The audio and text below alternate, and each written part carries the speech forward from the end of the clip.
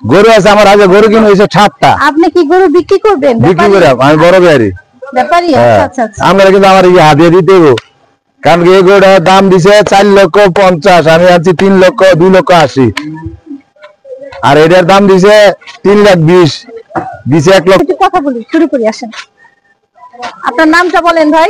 আমার নাম হলো মিস্টার রফিক, গ্রাম হলো থানা হলো বরুড়া, গ্রাম হলো জালালপুর, লালমিয়া জিলারি। আচ্ছা, আপনি বরুড়া থেকে গরু নিয়ে যেতে আসছেন? জি। এরপরে বিক্রি করবেন কোন বাজারে? হগিরা বাজার, রামমোহন, কালী বাজার, সাঙ্গিনী, চান্দিনা, এদিক বেচলাম। বিভিন্ন ছোট ছোট বাজারে বিক্রি করেন। কয়েকটা গরু কিনেছেন আপনি? আমার এইতে গরু কিনেছে 38টা।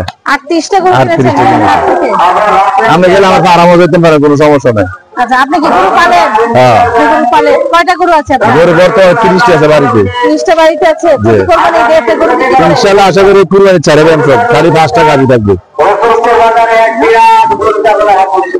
আচ্ছা, আপনার গরু তো ভালো হয়েছে আলহামদুলিল্লাহ। দোয়া করবেন যাতে আমরা আরো হাসি দিতে পারি, কর্ম করে খাইতে পারি, এই সুযোগ আল্লাহ দেয় আমারে।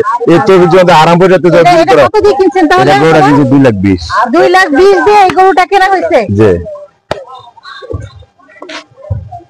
ওয়ান পিস মাত্র এই বাজারে আজকাল লাগে। ওয়ান পিস আজকের জন্য হলো বড় গরু এই বাজারে। One piece. আপনি ধারণা করতেছেন কত মণ মাংস হবে এটা? এর মধ্যে এটা তো আমি 7-এর নিচে 6.5। হুম, 7 হবে না, 6.5 হবে। 6.5 মণ মাংস? জি। 6.5 মণ? জি।